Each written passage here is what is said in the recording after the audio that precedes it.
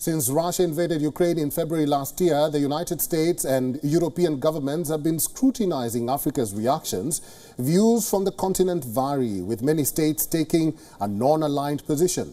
The division was revealed at the United Nations when African countries voted on the war. It is evident that African states have a cynical view of a global order whose rule seems to be determined by the West. Let's try and understand the reasons for the split in opinion in this next report.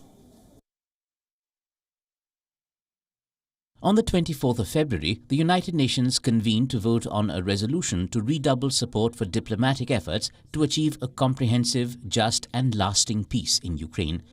It was backed by 141 nations, with 32 abstaining and 7 voting against. This is how Africa voted. 30 countries, just 2 more than last year, voted in favor of the resolution that condemned Russia, supported Ukraine's territorial integrity and called for peace. African nations accounted for nearly half of all abstentions. Gabon, which changed its vote from being in favor of the pro-Ukraine resolution last year, was among the 15 African nations that abstained. Officially, these countries say their position is not aligned with either Russia or Western-backed Ukraine. Barely a day before the UN vote, Ukraine's President Volodymyr Zelensky made a phone call to his Ugandan counterpart, Yoweri Museveni. The country abstained from Thursday's vote, as it did a year ago. President Volodymyr Zelensky says Ukraine needs to deepen cooperation with countries in Africa and Latin America to counter Russia's influence. I believe Ukraine really needs to take steps forward to meet the countries of the African continent. We didn't work well for many years. We didn't pay attention. I think it's a big mistake. When war struck a year ago, thousands of Indians and Africans in Ukraine, including students, instantly turned refugees. They were facing discrimination and other difficulties while trying to return to their native countries, something that irked leaders in the continent. Nous donnons écho ici au cri d'alarme des ressortissants et étudiants africains. We echo here the outcry of African students who are fleeing the war in Ukraine and are facing discrimination in their exodus in search of shelter. This situation is unacceptable. We say no to racism and demand respect for human dignity, while calling for the fair treatment of all people in distress. Tout en appelant au traitement équitable de toutes les personnes en détresse. But it's not only about the past. Nations like Eritrea and lately Mali, both largely isolated from the global community, have found an ally in Russia. They were among African countries that recently hosted Russian Foreign Minister Sergei Lavrov, and both voted against the UN resolution. Some African countries had a decades-old relationship with the Soviet Union. After it collapsed in 1991, their ties continued with Russia.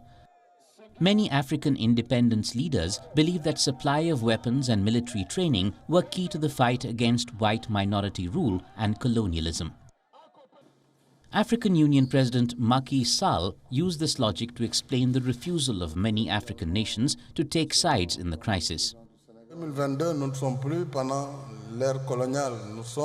We are no longer in the colonial era. We are in 2022. Countries, even if they are poor, are of equal dignity, so we must treat their problems with the same respect. Africa is not against Ukraine. We should not have the impression that Africans are insensitive to the situation in Ukraine. It is not that at all.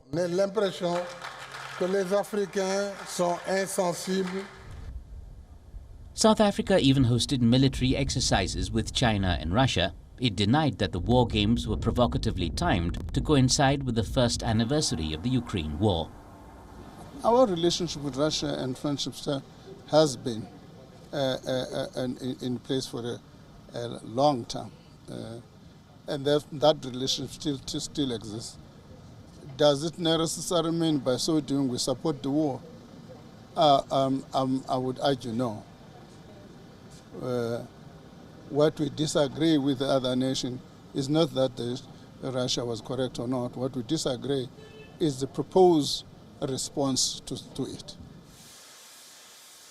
Western leaders now regard Russia as a major security threat, challenging the very foundations of democracy and the rules-based international system.